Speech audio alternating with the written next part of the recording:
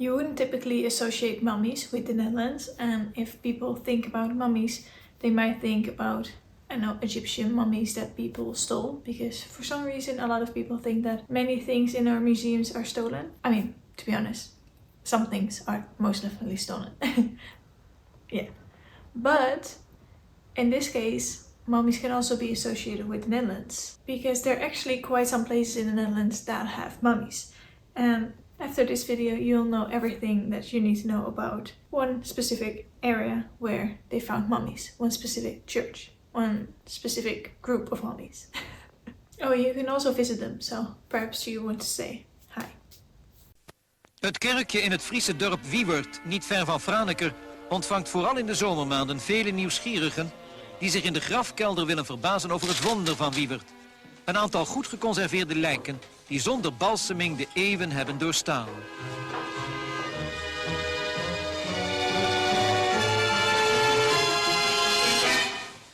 Dit is dus eigenlijk een opdrogingsproces. Een mens bestaat ongeveer 80% uit vocht en dat is er helemaal uit. De zwaarste van deze mummies weegt 6 pond. Alleen die luchtdoorstroming die moet er dus wel blijven, anders begint het hier vochtig te worden en gaat het over tot ontbinding. Hier moet nog iets anders zijn en daar zijn ze dus nog nooit achter wat dat nou juist is. Ze hebben dus na kunnen gaan dat dit hier Stelling Verv, een goudsmid uit Leeuwarden, is geweest. En deze man die heeft hier kanker gehad. Zijn tenen staan ook helemaal gekrampt. Precies hetzelfde gebeurt dus ook met de vogels. Dit is een haan en dit is een papegaai, die hangen hier 100 jaar. En de spreeuw hangt er een jaar. Dat was een meisje van 16 jaar, die was helemaal misvormd. Die had een hoge rug en klampvoetjes en een heel kort bovenlichaampje, dat kun je dus heel duidelijk zien. Een bezoek aan deze grafkelder, een taboe doorbrekende vakantiebezigheid, kost maar 1,50. Maar je moet er wel van houden. It's the year 1765 and carpenters found 11 coffins with dried up bodies in the grave chamber of a church in Friesland, in Wiuwert. These carpenters were working in the 12th century church and were simply curious, and they saw the coffins, lifted the lids, because at that time the lids weren't exactly closed, like nailed down. No. The reason, well, if people weren't actually dead, you know, they could rise up.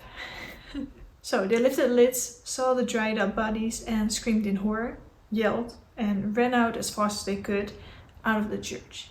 So as soon as this discovery of these bodies was made, things went wild, because they were not just regular bodies, they were mummified bodies. And that wasn't exactly very common to see in the Netherlands at that time. You know, we have more places where you can find mummies and mummified bodies, basically. But yeah, it's not like all of them are just open there, you know, especially not a few centuries ago. So, as soon as the discovery of these mummified bodies was made public, people went wild. People visited the church from all over the place, papers were filled with the discovery, and everyone wanted a piece of the action, sometimes quite literally. Yes, it's gross. Visitors robbed the bodies of their clothes, and sometimes even body parts. Actual body parts, yeah. I wish I made that up. Did not do that. They also had students of the medical faculty of Franeker that took some bodies with them for research. Unfortunately, when they were taken out of their optimal condition, so in their area where they became mummified, the bodies started to decay. And then there were only 4 people left, well, 4 mummified bodies left out of the 11 that there were originally. So imagine being a lay rest there and suddenly people move your body, take your body somewhere else, tear it apart. Yeah, I will haunt people for eternity, that's for sure. How did these bodies become mummified? Because like I said, they're mummified bodies, not actual mummies in the same way that we, you know, see Egyptian mummies or something like that.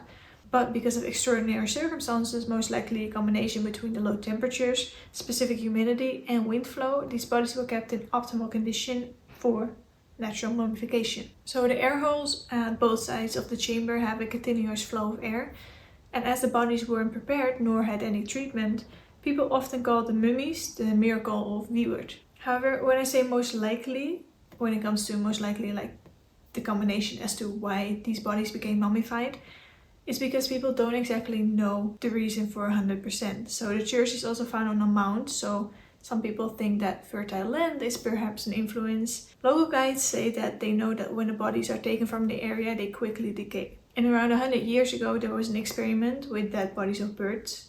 They were hung up in the chamber to see what would happen, and they've been kept in great shape, basically, especially the sparrow, poor little guy. There was also an Englishman that tried to recreate the chamber and its circumstances, but he failed. Even though the circumstances were ideal, the bodies decayed quickly. So then people started actually going towards the influence of outside forces, perhaps gases, radiation, or the crossing of supernatural lines. Now, since this church goes back to the Middle Ages, they often built the churches where people felt a lot of supernatural powers, so perhaps this is the case here as well. It's a fascinating mystery, and the church of Wiuwert was built around the 1100s, but the grave chamber was only created in 1609 for the family von Walter. So will we ever completely find out and discover what the reason is for the mummification of these specific bodies? Perhaps, but it's not likely. The reason for that is that the people from the church also prefer to keep everything a little bit of a mystery and to not let scientists and historians, researchers touch the bodies anymore,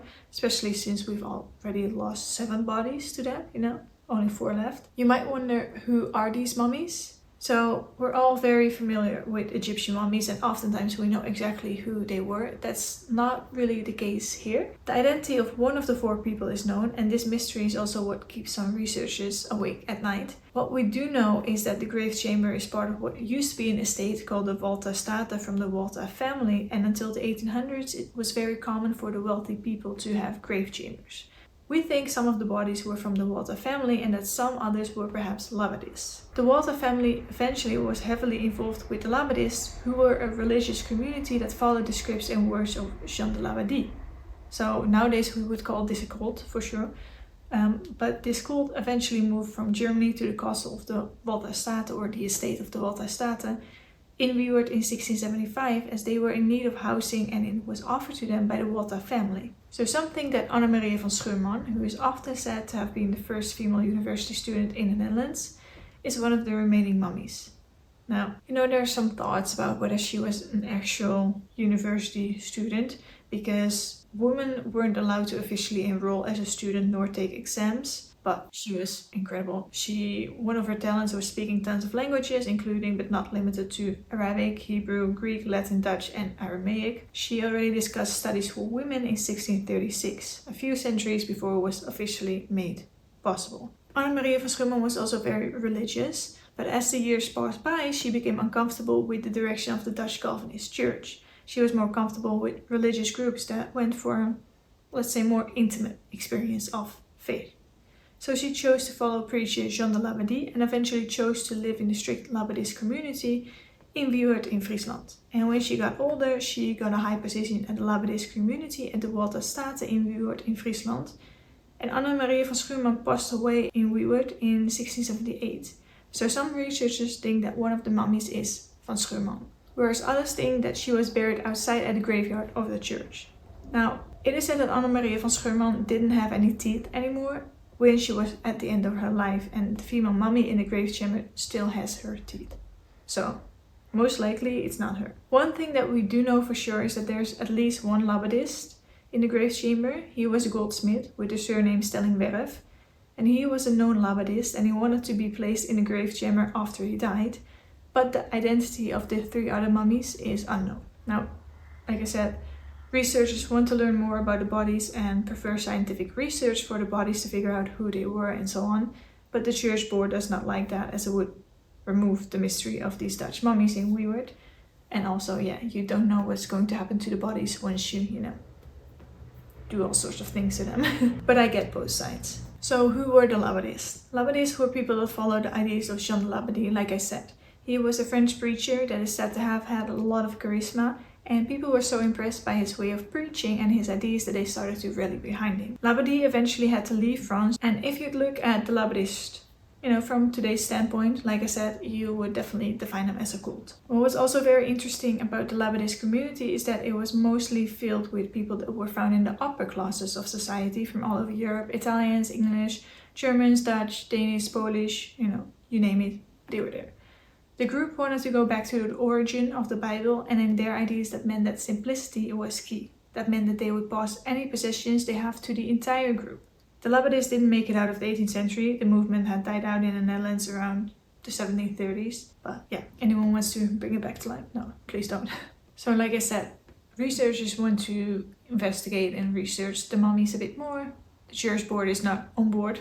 But yeah, the carpenters found the 11 coffins in the grave chamber, but only 4 of them remain today. And the idea of preserving history in the same way as today wasn't exactly there when they were discovered and the centuries that followed. So people from the University of Franeker took several bodies in the hope to uncover the mystery. But the unfortunate part is, like I said, that as soon as the mummies were taken out of their perfect circumstances, they quickly decayed and soon all that was left were bones. And it was also the time of the Enlightenment, and these mummies were great research objects for scientists. But that wasn't all that happened, because some people took parts of the mummies as souvenirs. And then there were others like Widow Bakker, who was also known as Peppe Antje, and she was the caretaker and concierge of the church. She liked to keep everything clean, and with clean I mean clean, and with everything I mean everything. Every now and then she would take the mummies out of their coffins to clean the coffins, and some people say that things like that weren't great for the preservation of the mummies. And nowadays there are glass plates attached to the coffins and no one can touch them anymore. But some researchers do say that they can see the state of the mummies deteriorate, with skin getting tighter and so on. The church board doesn't think that is the case, though it might be possible, they say, because after all they've been laying there for centuries, so it's possible that it will slowly get worse. But yeah, if you want to visit the mummies in Wiuwert, you can. So, have fun!